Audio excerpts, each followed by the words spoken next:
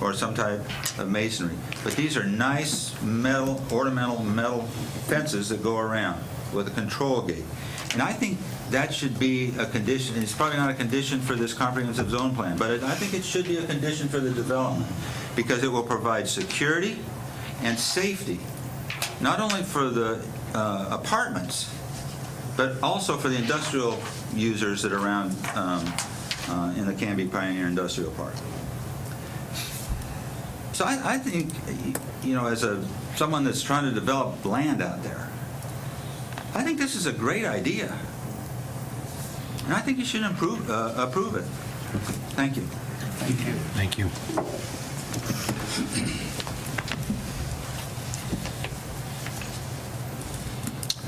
Mr. Mallory Gwynn.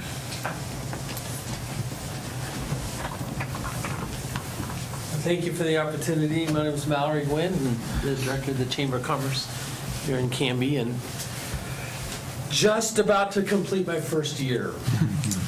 So I was introduced to this concept not too awfully long ago, working with Renata and some of the other industrial folks in some visits that we take periodically into the industrial area. And so what I'd like to do is speak to you not in numbers tonight, because I'm a numbers guy and I haven't kept these numbers. I can only come to you with some sense of emotion. On the visitor side of all things of the Chamber of Commerce, because we are as a visitor center.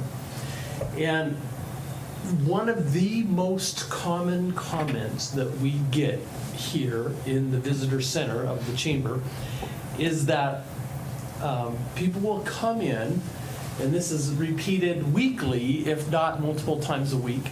People will come in, they've been looking for a place to move to, and an acquaintance of theirs, a friend of theirs will say, "Have you checked out Canby?" It's a very common thing.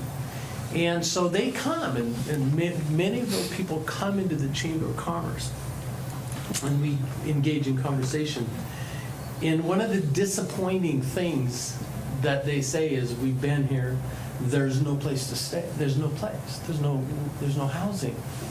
And so, and we, as you know, the kind of the gatekeepers of the business community, the tourism community, kind of bow our heads and say, you know, we're well aware of it, and the city's aware of it, and it's a constant conversation that we have in the different entities that reside in Canby.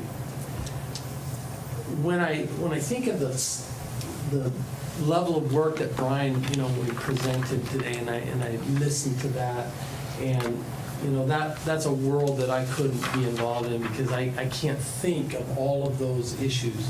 I'm so glad we have competent people that do that, because there's very few people who can do that, right? And they do a great job of it. One of the things I was impressed about is that it was just facts. There weren't biased facts there. There was no emotion attached. It was just facts. And what that does tell me as a chamber guy is that there's opportunity, because when there's a bias there, then there's people, you know, have their positions and they'll guard their position. I don't see that. I don't feel that here. I just think there's facts, and it's time to address those facts. One thing we know is that there's a need for additional housing, whether it be single dwelling or multifamily dwelling housing in Canby. Do we have enough? No, we don't have enough. Will it be beneficial to the economy of Canby if we add more? Absolutely it will. Will it do wonders for the ability to grow that industrial park? Absolutely it will. I don't think anybody could argue that it wouldn't do those things. Are there downside issues like traffic and those things? Yes, they are. Are they overcomable? Absolutely they are, because we have to find people like Brian to help us get that done. But the beauty of it is that we have a common vision and a common mission of a not a bedroom community, even though we're called that a lot, but a community that wants to maintain its character and yet grow and succeed and prosper. And when I look at the industrial side, I look at the manufacturers that we have. These are world-class manufacturers. These aren't low-budget manufacturing. When we see parts being a single aircraft part that costs $30,000, and it's just this big, and they produce it from a chunk of aluminum this big, and they whittle it down, and they do their thing on it. And that's the level of manufacturers that we have. It's a beautiful thing, and we can attract more of those as we provide the necessary needs and amenities for the people who work those businesses and grow those businesses. So from a chamber's perspective, I tell you that one of the most common comments is that we don't see a place to live here. When I hear a project like this, I think, hallelujah, we've got hope. We've got an idea that's a good idea that has substance, and we can move forward on it, and we can overcome the obstacles that are in the way of doing that, and everybody wins. And that is what we call a win-win synergistic solution. And so I'm absolutely in favor of this, and thank you for the opportunity to speak. Thanks, Mallory. Appreciate it. And last but not least, Renata Mengelberg. Didn't know she needed a yellow. Normally, as the Economic Development Director, you would expect me to come before you and say, absolutely, you have to protect every last scrap of industrial land, because that's the vision of the Canby Pioneer Industrial Park, and that's why we invested years and thousands of dollars in putting infrastructure and roads in place to attract employers. I'm not here today to do that. I support this project, and I'm encouraging you to support it as well, and I'd like to tell you why. Canby is really fortunate to have a significant supply of industrial land, and it's not just land, it's served, it's actively on the market. Many of it is certified industrial, or at least decision-ready industrial. It's prime stuff. It's ready to go, and it's starting to move, but it's not moving as fast as we would like it to do. So what is missing? I've worked with Jeff Gordon over the many years I've been here, trying to help move his property, and I can say he's had it on the market for $3.99 a square foot. The asking price in the industrial park is $525 to $625. It's significantly below market price. And not only that, Mr. Gordon is a landowner that has a skill set that most don't. He could do on contract. He could do a build to suit.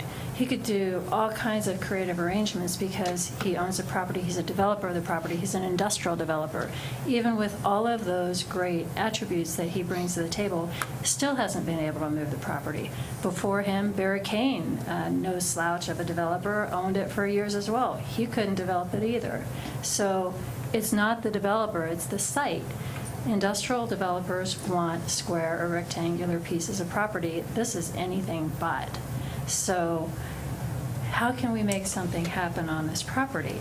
One of the things we looked at was a team track idea, getting multiple public access to rail. And we did a study about a year and a half ago, asked businesses in the Canby area, would they use it, looked at a variety of configurations that would be inexpensive or more expensive, and we just couldn't find the market demand. And that would be one potential use of the site because it has rail access to it, but there was no market demand and there wouldn't be one in the foreseeable future. So that's probably not the best idea. We also did the housing study, as I passed out earlier to you, that demonstrates that most of our housing is 35 years old. They don't even have to advertise. A lot of them don't have websites. There's waiting lists, and you just can't find housing. And as several people mentioned before, the new development trend is to integrate housing with industrial. We've been doing business outreach visits now over the past couple of years. The mayor has participated in a number of them, and the Chamber of Commerce director almost always comes. And one of the emerging, it's not even emerging, it's been out there for a long time, we need qualified workers. We did a recent business study, and over 60% of our industrial manufacturers said that they're having difficulty finding qualified workers for their needs. Well, part of attracting, now that the market has turned and it's more of a worker market than an employer market, especially in some of these skilled areas, having good housing nearby is definitely part of the picture. So we have to look at the whole. I mean, we're selling in economic development, we're not just selling the industrial park and the sites, we're selling the whole community, the whole package. And if there's a deficiency, which affordable workforce housing, apartment housing, a variety of housing that people that live here can afford is a deficiency. So this is one step to start working on it.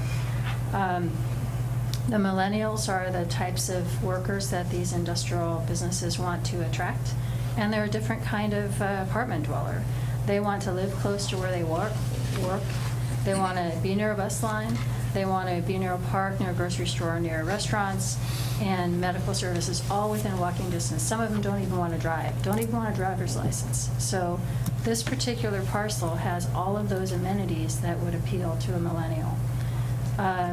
We've heard and seen great pictures that this apartment development will be a high-quality development, very secure space.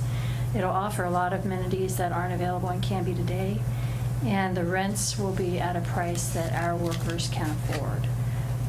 Without this proposal, I predict that the site will remain vacant for many years to come, and that would be a shame as the first industrial site that you see as you're coming into our beautiful park. Worse yet, it could become an outside storage yard. That's what it's zoned for today. And that would be a shame because an outside storage yard has no investment, creates very few jobs, if any jobs, and it would potentially be an eyesore right at the gateway of our industrial park. So high assessed value, high amenity, apartment complex, meeting the needs of employers, lay down yard. So with all that, I encourage you to support this project. Thanks, Renata. All right. Any opponents to this project? I don't have any cards in front of me, so rebuttal at all? Anything from the applicant that you want to add to, or no? Okay. Other than we support all the conditions, including any conditions you want to put on there about the fencing, support. All right. All right, well, I'm going to close the public hearing. Any additional questions from us up here of staff for the, we need to clarify it all? I have one, Brian, Mr. Brown, the zone change conditions. Are those items that are things that we are deciding tonight? If this moves forward, is this decided at a later date? Yes, what we've done is prepared an ordinance that's necessary for comp plan and rezone, and that's another item on your agenda tonight, and that actually has on it those conditions specifically written in with an anticipation that if you were to approve this, that you would want to include those, and so they are on there. Well, okay, so the reason I asked that question is because I do the piece about that Mr. McCormick brought up about the pre-existing noise piece. To me, that would be a condition that I would want in there. Because one of my big concerns is it is creep of watching as the article talked about in the Wall Street Journal. As we are going to lose, and we heard it tonight earlier, we're going to lose industrial lands or buildings to apartment developments, and that's a concern of mine. I mean, to Renata's point, we laid out a very extensive and passionate vision for what would be our economic engine, and this was not originally part of the conversation. So, granted, things change, and dialogue's got to change with it. So, that would be something that I think I'd like to see that as a condition put in there. So are you referring to the condition that Scott had mentioned? Yes, Yes. that was a deed piece. I'm And not sure, I think pardon my his wording verbiage. is actually in the planning commission minutes as well. Okay. You could actually take that if you so chose, and you wanted to act on it tonight, and the language and wording as has been presented tonight is consistent with the language and wording that you would want, you can incorporate that as another condition during the hearing process this evening. You do have that right. And you could just say, I'm passing it as amended with that language. We could add that in, and it has to come to second reading anyway, Okay. if that's helpful. I think if there was any other piece that I had, Brian kind of popped up. Mayor, if I could, since sir. we're talking about those conditions, condition number 6 that's on the ordinance, Right, the traffic light. I would actually like to amend that too, if you head towards approval, to make it a little bit simpler and take the dollar figures out of that. I can read to you what I think it should say instead, is the applicant shall contribute 4% of the final estimate for the installation of a traffic signal and associated improvements recommended by ODOT and contained in the supplemental traffic memorandum prepared by DKS Associates. This would amount to a rough proportional share contribution to the city for future funding of the signalization project as identified by condition of approval to be added to the city's TSP and SDC capital improvement list as approved by this rezone. And this is exactly a conversation that Joe and I were having relative to this particular item and incorporating by reference the recommendation of, the specific recommendations of ODOT. So it is a substantial improvement in pursuant to our discussion as well. And I think the light piece is important because Council President Dale brought it up in the report that, look at the 1,200 day trips. I mean, when that's built out, that's a lot. And that doesn't include, more building out of the industrial park. Has there been conversation about impacts to the, I think of like Pioneer Pub is a perfect example of they pull in and out of their large, long flatbed trucks. I mean, how does that play into that balance of multimodal pieces, along with now we're at it. We've got existing large, semis coming in and out of there, Kendall Florals there. It seems like 1,200 is a lot. I mean, we're already at a failing intersection. Is there more that we need to look at in that intersection to improve that? Yeah, I'm not. That's maybe a bigger, further on down the road It question. probably is a bigger question, but basically Sequoia Parkway is designed to handle this level of traffic. Okay. The issue is that they've been used to having no other traffic in this industrial park, and they're doing things with their truck that they probably won't be able to do when the park is built out and there's other traffic on the road. Yeah. Okay. And that, if you look at daylight and normal traffic, that's an average of 2 cars a minute. So when you say 1,200 cars, it sounds like a lot, but when you break it down to reality, other than your morning commutes and afternoon commutes, doesn't matter where you are on Ivy Street, we're going to get 3,000 cars. But the reality is that when you break it down based on cars per minute, and you compare it with what's coming out of, for instance, just the Fred Meyer parking lot, it's not really a material, and the number that Brian, I think, cited in here was 4%. It was the relative impact of the development on that entire transportation corridor. We just think it's important to keep the numbers, in some relative context. But have you been at that Fred Meyer at 5 o'clock?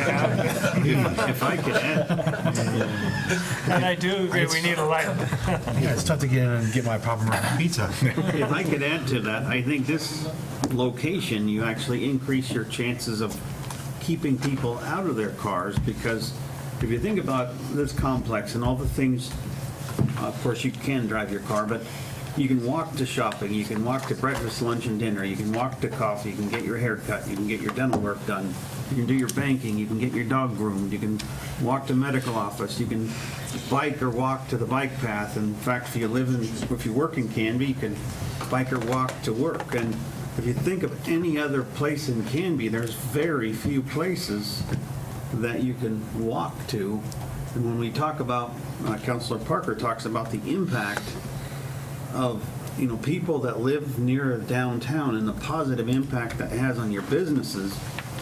We talk a lot about the downtown, but we want all businesses in Canby to be successful. And this, I think, would be a terrific investment in that. Okay. Any other questions or discussion points at all right now? Okay. I'd like to make maybe an agenda change here, if I can. I'd like to move under resolutions and ordinances. I'd like to move C up, make that our first piece of business here, so we just keep this continuity of conversation. Okay. Actually, that's your authority to do. I know, I just thought I'd ask anyways, trying to be polite. Okay, so I think that we've closed the public hearing. We've had our questions and discussion for the most part, and we'll get into motions here and have further discussion, I suppose, next. So, are you handling Kim's duty by reading? Yeah, we can move on to resolutions and ordinances. We'll start with C. Thank you, Brian. Ordinance 1423, amending Canby's comprehensive plan land use map and zoning map from heavy industrial HI and M2 to high-density residential HDR and R2 respectively for an approximate 7.6 acre portion of tax lots 2101 and 4900 of tax map 31E 34C as adjusted by LLA 15-04 at 235 South Sequoia Parkway. This was the matter that you were just having a hearing. Great. Thank you. Thank you, Joe. Joe's good. You'll make our city recorder proud. She's trained me well just by proxy. That's good. So I definitely, I need a motion in a second, and then we will have, I'm automatically just going to have some discussion. So to get that rolling, I need a motion, please. Sure. I move that we accept Ordinance 1423, amending Canby's comprehensive plan land use map and zoning map from high industrial to high density residential, respectively, for an approximate 7.6 acre portion of tax lots 2101 and 4900 of tax map 31E 34C as adjusted by LLA 1504 at 235 South Sequoia Parkway. Second that. Motion's been made by Councilor Height and seconded by Councilor Coleman to approve Ordinance 1423, amending Canby's comprehensive plan land use map and zoning map from heavy industrial H1 and M2.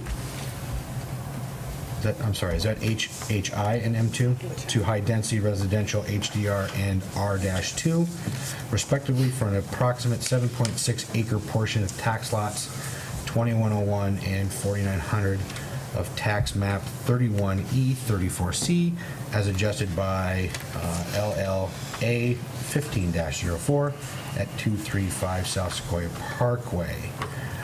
Discussion. May I add, and I want to clarify with Brian that this is correct, but may I ask the maker and the seconder to add the provision to incorporate the conditions of the proposed change in zoning 1 through 7 plus number 8 as described by Mr. McCormick?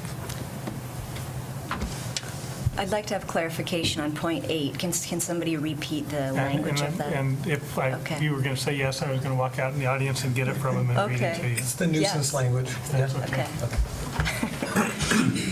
Scott, do you have that right there?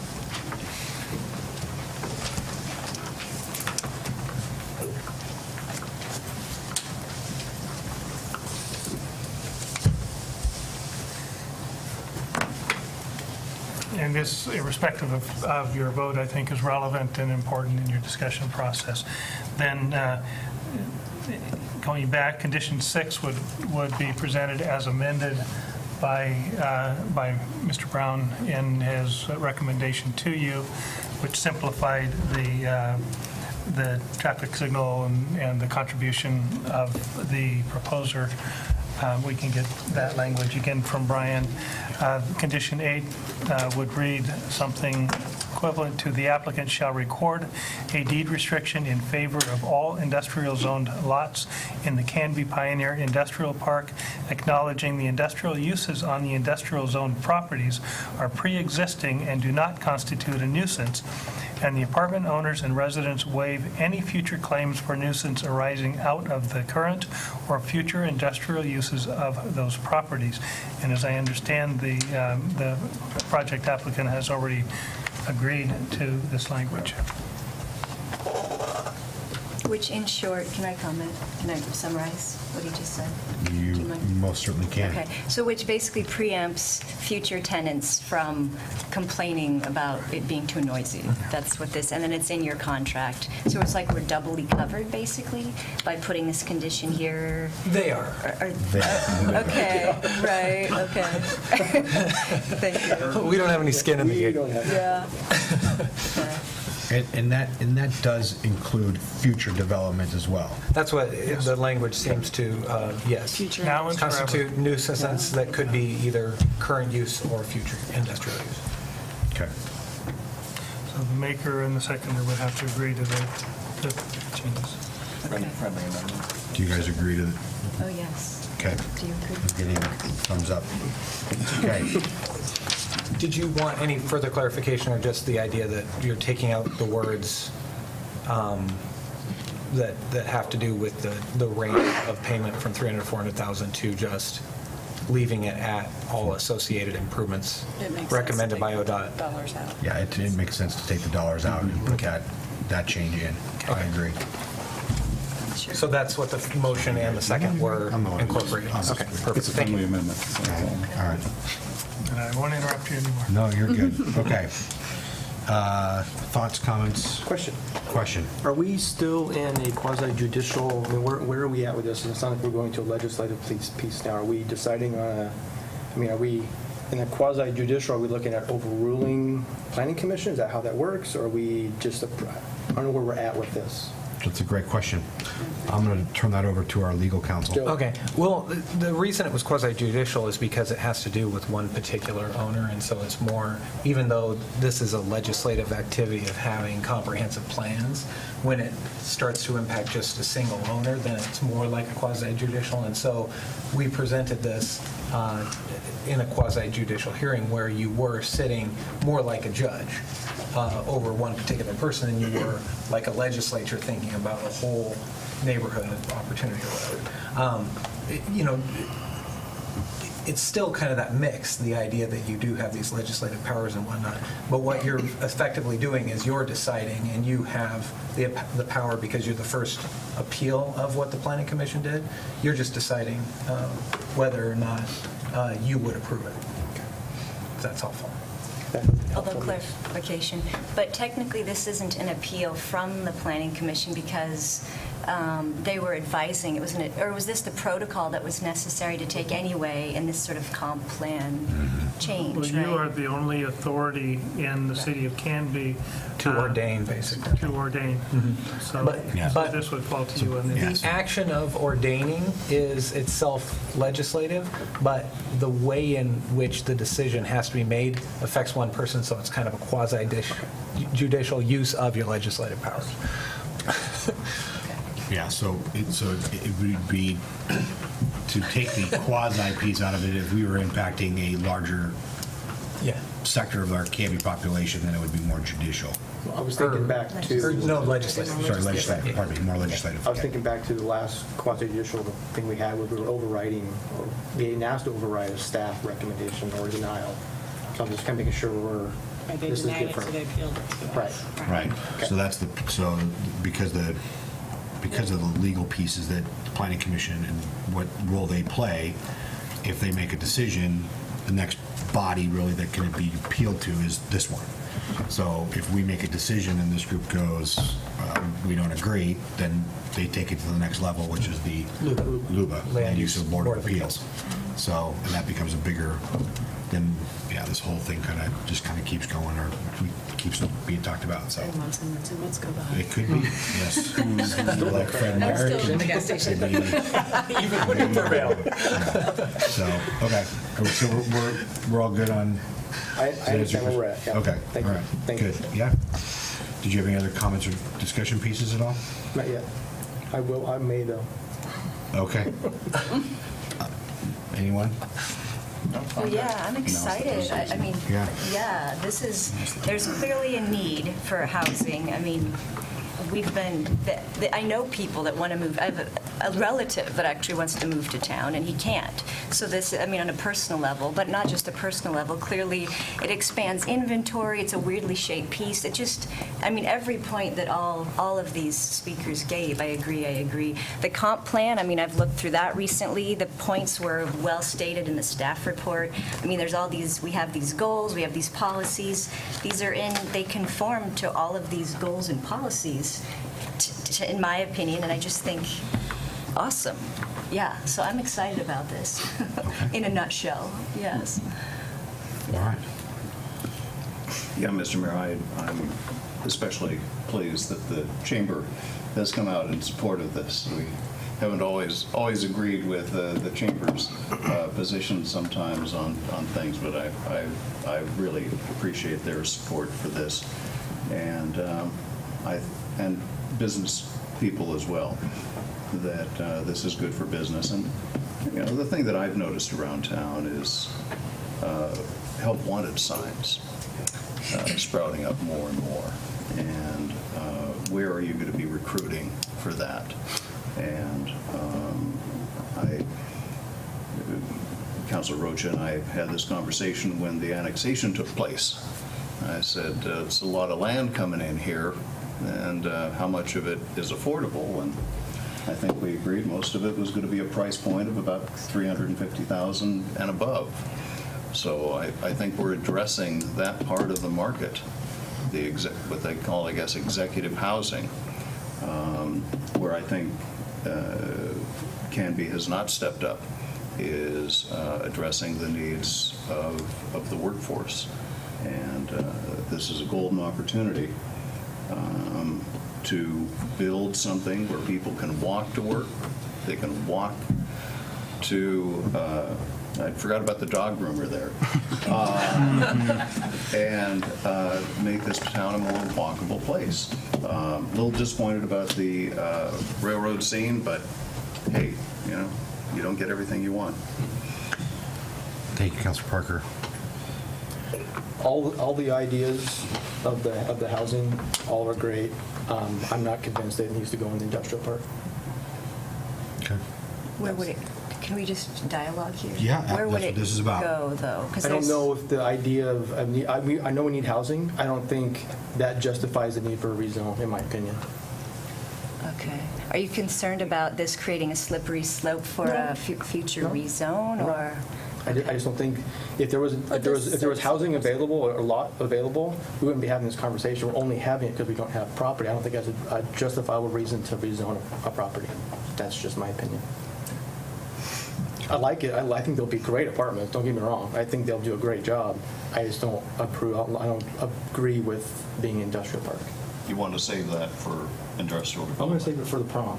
Wasn't that the comment we had a couple years ago? Save it for the prom. We were keeping her for the prom. Wasn't that what it was about? As long as she's not going to be an old maid. But there's I'm not taking my mom to the prom, no.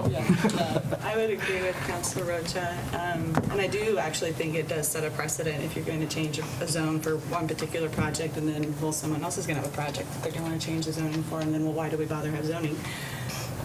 Call it Texas. Anyway, just scrap it all.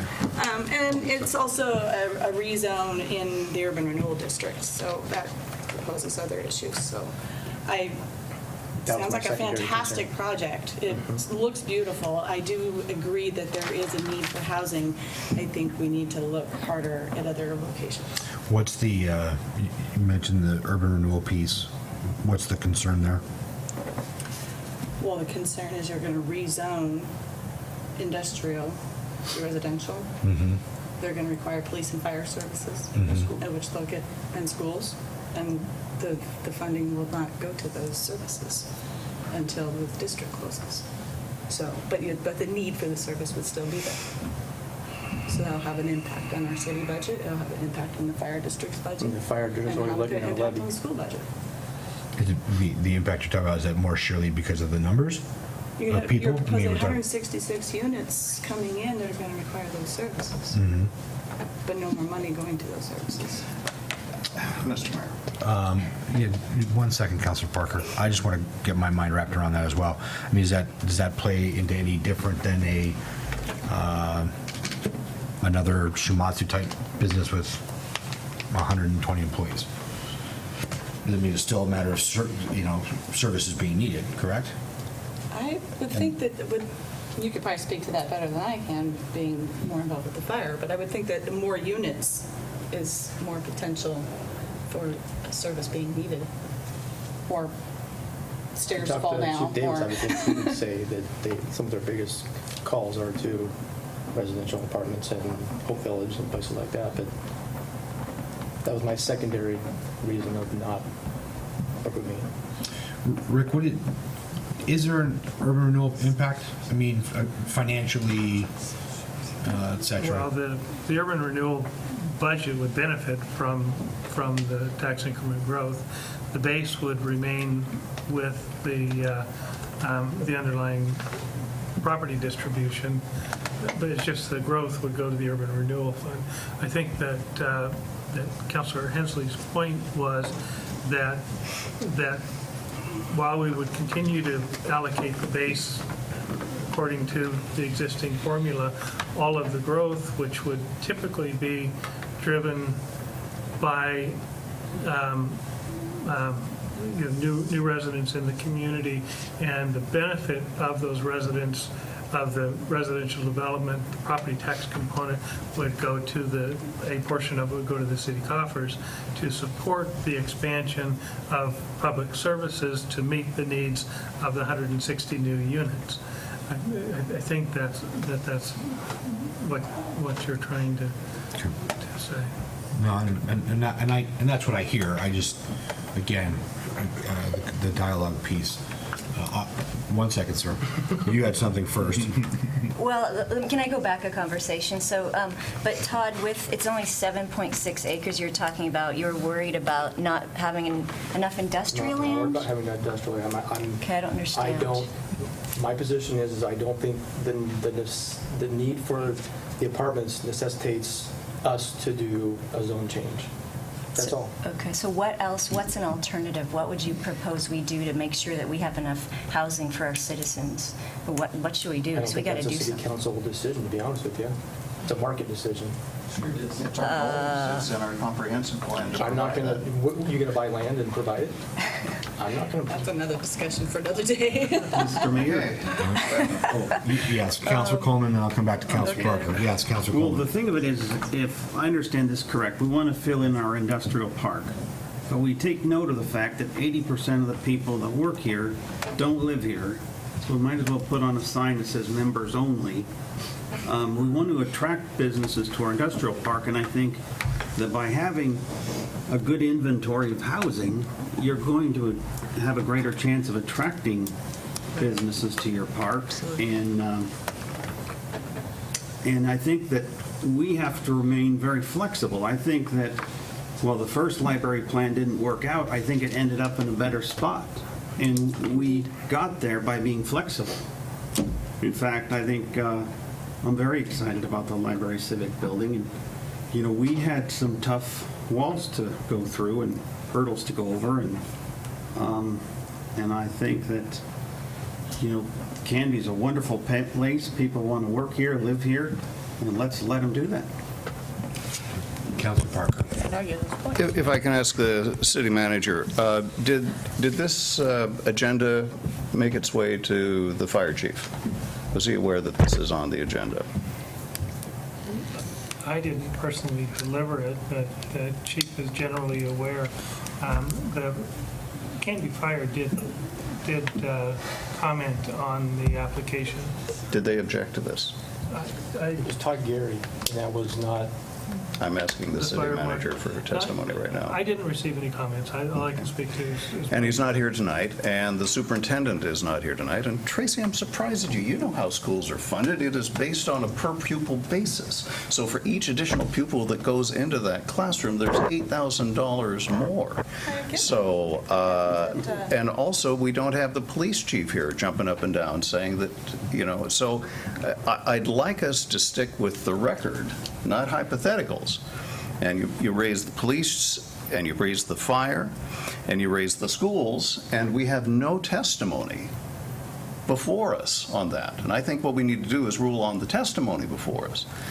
And I certainly know, you know, the police chief, if he's concerned that he's not going to be able to police this, he'd be here. And the same way with Jim Davis. If he was thinking that this was going to cause a problem, he'd be here. And the same way, certainly our school board would be here if we were taking anything that was going to be impacting them. So I think we need to be careful about drawing hypothetical arguments here that we have nothing on the record that supports any impact on schools, fire, or police. Okay.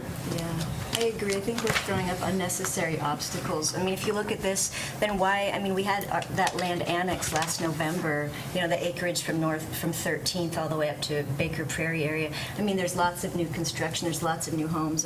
Are we worried? It's just growing pains, guys. I mean, are we worried? The police aren't going to be able to police all these new residents. There's going to be more fires. Yeah, more students. But we can absorb that. Sure, we're a community. We can do this. This is a great opportunity for us. And I don't think we should let fear or other sort of obstacles stand in the way of that. Well, I agree with a point, Councilor Height. I mean, I don't think it's necessarily fear. I think that's not what I'm hearing. I think it's just concern in you know, going back to looking at our industrial park, like you said. I mean, you're right, it's 360 acres, and we're a third full, and what's 7 acres? Right. Like I brought it up earlier, that initially hearing about this, reading through the material, you know, if we're developing that, and I'm glad that we've got that buffer, what happens when the buffer doesn't sell and they aren't able to develop it? Then are they back asking for, we're just going to turn that into more apartments? You know, that there is that residential creep component that is a concern for me in that regards. Okay, so I'm not hearing fear of apartment complexes or whatnot. But we have the power to stop that when the time comes. I mean, if it comes We do. before us, then we say, nope, we have our apartments here, we're It can going to be draw the line there. And you're absolutely correct. It can be a case-by-case basis, and that's where a lot of these things, when, they do come up, or does somebody else stop in and go, well, you know, Gordon Root, Brian, what was the name of his development company? Gordon Roots, do you remember? Okay. I hate throwing his name out there, but I'll use Gordon's name. I'm sure he'll call me later about it. He went in and he wanted a zone change because he saw something different for our industrial park at the time. It didn't work, or it wasn't the right timing, or whatever. So you're right, those things will come up again, and we've said no to a couple of things out in the industrial park that didn't fit the original, or what we see as the vision for the industrial park. So I hear both sides of it in terms of the, you know, well, what will happen or what could happen, and well, this is a great thing. I hear both sides of that. So I just caution that we're not fear mongering. I don't think is what's happening. You know, so okay. All right. Since I'm going to throw in my 2 cents here, because I have an opinion, and so I'm going to state it. So I think the big question is this the right spot for this? That's something I kept coming back and grappling with, and feverishly, my drive time between here and Portland, because I don't work here in town, but I do live here in town. we throw around, and Councilor Parker and I have had a couple of exchanges and conversations about affordable housing, and define affordable or low income, or what is that? And that is a huge conversation for our community right now. And you look at Dinsmore Estates is a great example of a development that went in and went up quick, and the average house price in there is $350, $400, $450. That's for a single family home. Canby is one of the most densely populated cities in the state of Oregon, and that's not our fault as much as it is things that are outside of our control. So we have to work within those confines. I look at the industrial park, and Renata, I appreciate your input on that as well. And we had a distinct vision was created for our industrial park. That was our engine. That pays for a lot of the things that we want to do eventually as a city. When it's not filled or it's not being built out, that's revenue that we're not gaining and getting into the city. Now, residents in an apartment complex, that is economic development. That's people in restaurants, it's people, as Clint said, getting their dogs groomed. So, pardon me as I just kind of go through my thoughts from today. We do have a housing situation in our community. It is price, it is lack of homes, and demand for what Canby has to offer. We have a great community. We are passionately trying to hold on to our agricultural roots and I almost want to say Rockwellian pursuit of a community. And that's attractive to people. That's why we have great turnouts for 4th of July and our tree lightings and car shows and those kinds of things. Those are big things. We often hear we need more apartments or quote unquote affordable housing. Okay, so to the question that was brought up earlier, I believe the phrase is it NIMBY, not in my backyard, is often, it's great. Yes, we need more affordable housing until we go, we're going to put it over here. People go, whoa, time out. Not over here. I don't want it. So for example, I live southeast end of town, right next to Feist Farm. Well, that back 2/3 is being developed currently. And a couple of my neighbors come knocking on my door because they know it's the yard that's got the cruddy grass because I'm not around to cut it. And their concern was they had heard that was going to be apartments going in there. And if it was, they were putting their houses on the market because they did not want that impacting their current values of their home. I told them that's not the case, but I got into the conversation of why that is. Well, it's that perception of what an apartment complex or what it could be. Well, perception is reality for people, and that's sometimes hard to argue. This is fairly attractive. I've not been to your other ones. I, again, steered clear for tonight's conversation because I didn't want that. So if not here, where do we do that? We've had that conversation a couple of times in the last couple of months. Where does that go and when does that occur? That's a hard thing. We're talking about it downtown. I mean, ideally, downtown, closer to downtown would be great. To your guys' presentation, you're right. That's knocking down houses. Is that 10 years? Is that 15 years? Is that, how long does it take us to get there? So to me, it is a worthwhile project. It is something we need to look at. I'll go back to my concern. I almost wanted to throw in there, you guys needing them to develop that light industrial space first to prevent that creep, because that is, we see it. We just heard it again tonight. When you can, if you're going to build houses or apartments, and that's a bigger, revenue piece. We know that's less on city services to be able to provide service when when it's condensed like that.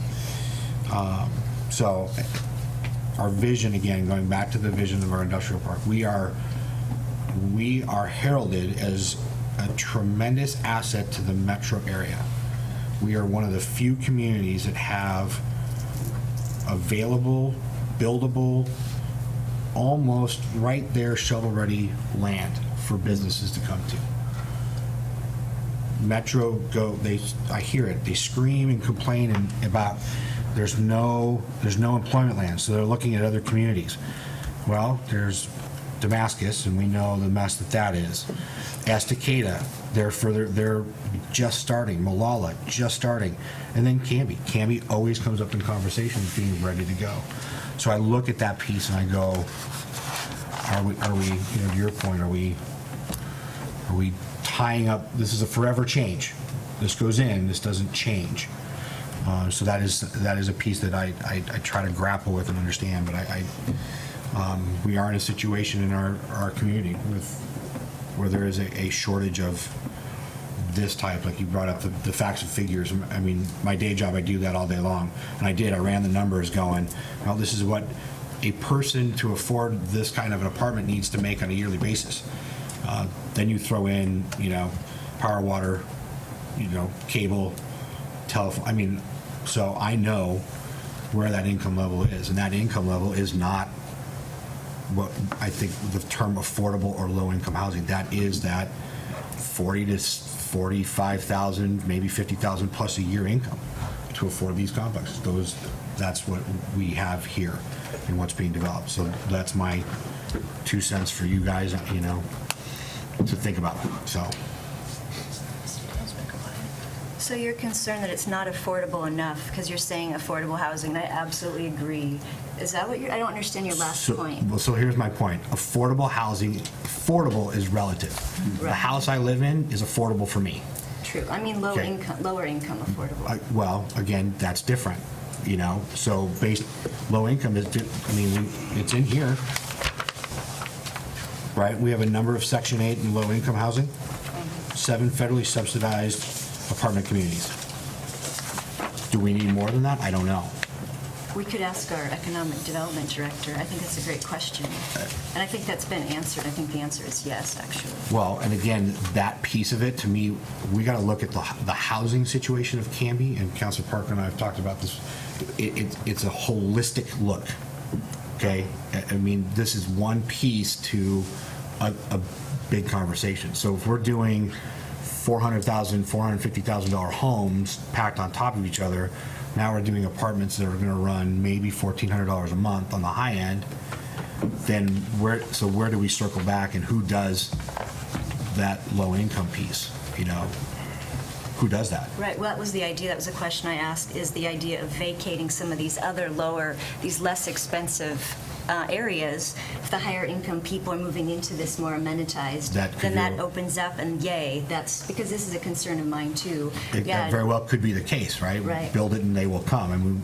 Evacuate it and other people will come. But we have we know we have waiting lists in every single apartment complex here in Canby. Right. Right. I know that. My day job makes me know that stuff. So, so that's important information to know. So there is a good chance that some of that, could move up. People move up, move out, frees up some of that. Absolutely. Right. So I don't know. I'm not concerned. I just think it's a huge conversation that we as a council need to look at as a policy standpoint and a comp plan look. Are we going to go through and have those bigger conversations? That was one of my notes. Is if we don't do this now, okay, because we have this opportunity. Okay, one, where does it go? Because you're dealing with the not in my backyard piece. You're looking at trying to amass acres to be able to do a complex like this, or and that's a different, that opens up a whole other can of worms. So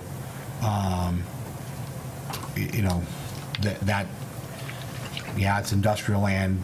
We're able to pull the trigger on something like this, or they are, not us, by making this zone change. Then we don't have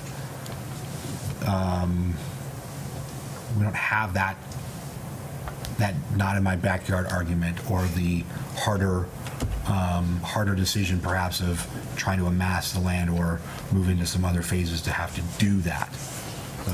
But that was the comment I was making earlier about a political lift. I mean, I had a relative who was watching from a distance the Redwoods presentation, and his comment was, look like there's this little tiny pocket down here with multi-family, and then the rest is up there. But I've talked to people around town as well, and I think it's a given that any annexations that come in will be at market value. Yeah. We are not going to annex land for workforce housing. And this is a golden This is true. opportunity to do that. Yeah, And yeah, it's true. if I could add a couple of things too, I think Yeah. you have to take into consideration the fact that we have an outstanding economic development director who endorses this. And this is what she sees and reads through every day. And if you look at, maybe this is an example of an industrial park, but if you look at Wilsonville, they've incorporated really nice housing right around the Fred Meyer there. Or in Newburgh, they've incorporated really nice apartment housing right around the Fred Meyer there. And it would be a different case if we had a big, long waiting list to get into our industrial park, but we don't. And so I would much rather put this challenging shaped land to an effective use than sit on it for however knows long with the possibility of it being a equipment yard. So I hear that, I absolutely do. And this is a point that I come back to, going back to a meeting earlier in our evening, we talked about something that we're looking at that is an ROI, return on investment of 15 years, okay? So when you look at the lifespan of our urban renewal district, we've only been at this 15 years, right? 15 years, 1999, right? So we're 15, 16 years into this. There's a whole lot of time yet to go. We're just, we'll see what the feds say tomorrow in their reports, but we're coming out of into an economic boom, hopefully. We'll see.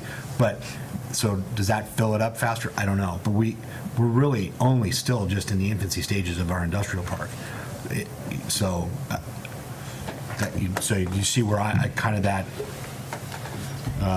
back and forth. I mean, to your point, we can't,